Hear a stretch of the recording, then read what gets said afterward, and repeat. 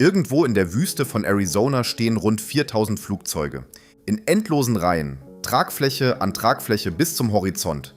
Kampfjets, Bomber, Tankflugzeuge, ganze Verkehrsmaschinen. Zusammen sind sie Milliarden wert. Und kein einziges davon ist hier abgestürzt. Jede dieser Maschinen wurde absichtlich hierher geflogen und abgestellt. Die Leute nennen diesen Ort den Friedhof. Aber dieser Name ist eine Täuschung. Denn die allermeisten dieser Flugzeuge sind gar nicht tot. Und der wahre Grund, warum sie ausgerechnet hier stehen, mitten in der glühenden Wüste, hat mit dem Sterben nichts zu tun. Er hat mit einem Trick zu tun, der diese Maschinen länger konserviert als jeder Hangar der Welt. Willkommen beim Kern der Dinge. Wir reisen an den größten Flugzeugsammelplatz der Welt. Wir klären, warum ausgerechnet die Wüste Metall besser schützt als jede geschlossene Halle. Und wir enthüllen, warum dieser sogenannte Friedhof in Wahrheit eine der wertvollsten Banken des amerikanischen Militärs ist.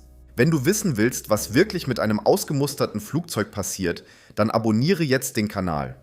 Auf den ersten Blick ist die Wüste der schlechteste Ort, den man sich für ein Flugzeug vorstellen kann. 50 Grad Hitze, gnadenlose Sonne, feiner Sand, der in jede Ritze kriecht. Doch genau hier liegt der Denkfehler. Denn der wahre Feind eines Flugzeugs ist nicht die Hitze. Es ist Wasser. Feuchtigkeit in der Luft setzt sich in jede Naht, jede Niete, jedes Kabel und beginnt es von innen zu zerfressen. Rost ist der langsame Tod jeder Maschine. Ein Jet, den du an einer feuchten Küste abstellst, ist nach wenigen Monaten von Korrosion durchsetzt. In Tassen dagegen liegt die Luftfeuchtigkeit oft nur bei 10 bis 20%. Es fallen im ganzen Jahr keine 300 mm Regen. Und der Platz liegt auf gut 700 Metern Höhe, wo die Luft noch einmal trockener ist. Hier draußen rostet praktisch nichts. Aber die trockene Luft ist nur die halbe Antwort. Denn es gibt einen zweiten Grund, warum man genau diesen Flecken Wüste ausgesucht hat. Und der steckt tief im Boden. Unter der Oberfläche von Arizona liegt eine natürliche Schicht mit dem Namen Caliche. Das ist ein steinhart verbackener, kalkhaltiger Boden, fast wie ein natürlicher Beton. So hart, dass man selbst die schwersten Flugzeuge der Welt einfach direkt darauf abstellen kann. Keine Betonpisten, keine Stahlplatten, kein Fundament. Die Wüste selbst ist der Parkplatz, auf dem diese Kolosse jahrelang ruhen. Genau deshalb lassen sich hier tausende Maschinen abstellen, wo ein weicher Untergrund längst unter dem Gewicht nachgegeben hätte. Trockene Luft, die vor Rost schützt. Ein Boden, der jede Last aushält. Die Natur hat hier zufällig den perfekten Parkplatz für Flugzeuge geschaffen, doch den Ingenieuren reicht die Natur allein nicht. Denn ein Feind bleibt und der kommt von oben. Die Wüstensonne heizt das Innere eines geschlossenen Flugzeugs auf über 90 Grad auf.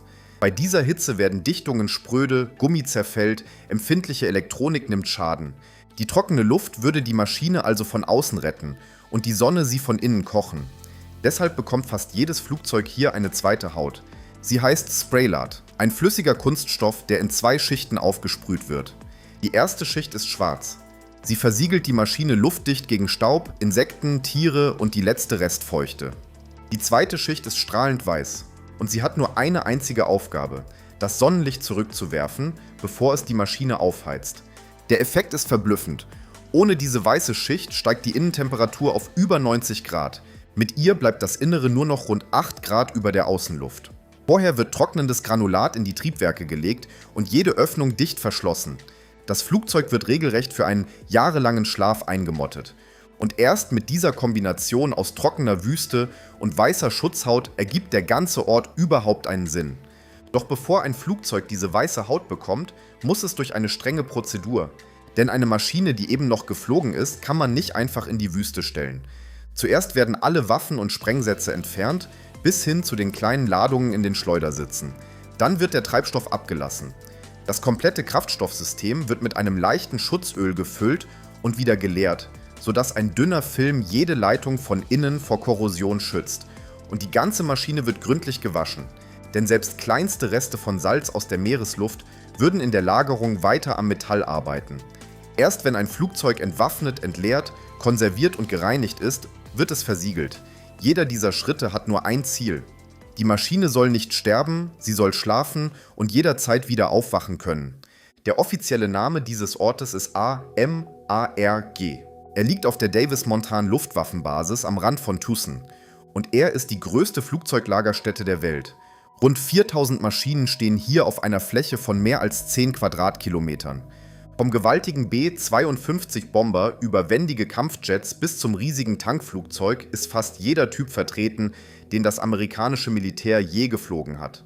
Manche sagen, allein die Flugzeuge, die hier abgestellt sind, würden zusammen die zweitgrößte Luftwaffe der Welt ergeben. Aber jetzt kommt der Punkt, an dem der Name Friedhof endgültig zerbricht. Denn das Wort, das hier wirklich zählt, ist nicht Friedhof, es ist Speicher. Dass dieser Ort keine Grabstätte ist, war von Anfang an so gedacht. Alles begann im Jahr 1946, kurz nach dem Zweiten Weltkrieg. Das Militär saß plötzlich auf tausenden Bombern, die es nicht mehr brauchte, aber auch nicht wegwerfen wollte.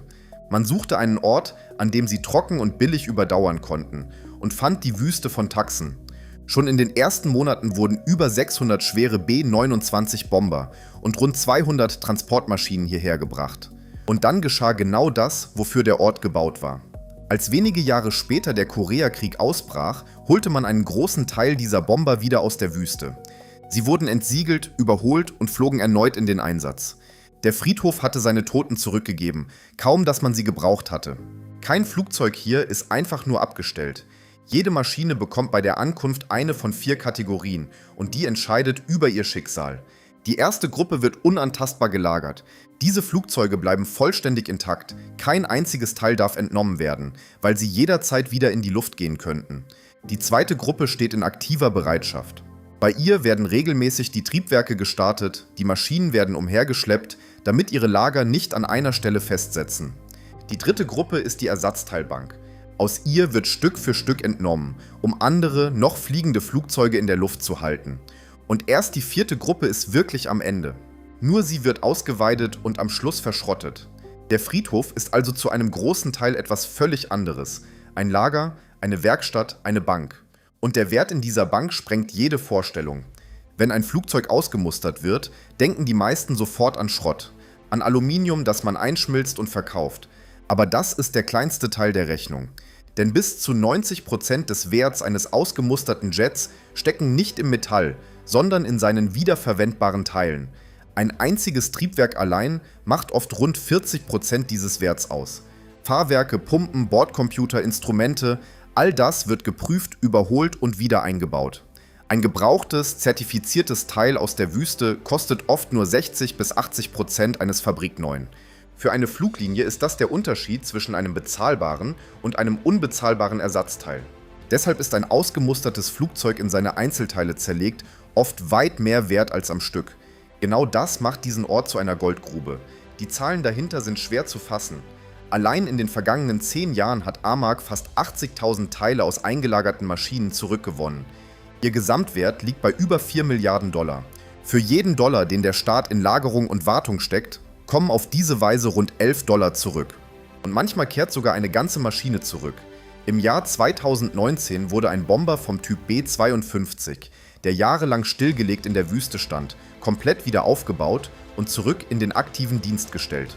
Andere Maschinen wurden neu erweckt, um Waldbrände zu bekämpfen, oder gingen an die Raumfahrtbehörde für Forschungsflüge in großer Höhe. Ein Flugzeug, das offiziell auf dem Friedhof lag, flog wieder. So etwas kann nur gelingen, weil die Wüste die Maschine über all die Jahre in fast perfektem Zustand konserviert hat. Dieser Ort lagert keine Toten. Er hält eine ganze Luftflotte in Reserve. Doch manchmal ist der Tod eines Flugzeugs auch politisch gewollt. In den 90er Jahren zwang ein Abrüstungsvertrag mit der Sowjetunion die Vereinigten Staaten, Hunderte ihrer schwersten Atombomber zu vernichten. Über 300 B-52 wurden dafür in der Wüste zerlegt. Ein gewaltiges Fallbeil aus Stahl trennte jede Maschine in mehrere Stücke. Und dann kam der eigentliche Clou. Die zerschnittenen Wracks blieben offen in der Wüste liegen, monatelang, damit die Spionagesatelliten der Gegenseite aus dem Weltall zweifelsfrei nachzählen konnten, dass die Bomber wirklich zerstört waren. Der Friedhof wurde für einen Moment zur Bühne eines Abkommens, das man vom Orbit aus überprüfen konnte. Und die Maschinen, die tatsächlich am Ende sind, verschwinden trotzdem nicht einfach. Ein Verkehrsflugzeug besteht zu rund 80% aus Aluminium. 85-95% seines Gewichts lassen sich heute wiederverwerten. Es wird ausgeweidet, in handliche Blöcke zerschnitten, eingeschmolzen und zu neuem Metall. Ein Stück deiner Getränkedose war vielleicht einmal die Tragfläche eines Jets, denn die Wüste von Arizona ist längst nicht der einzige Ort dieser Art.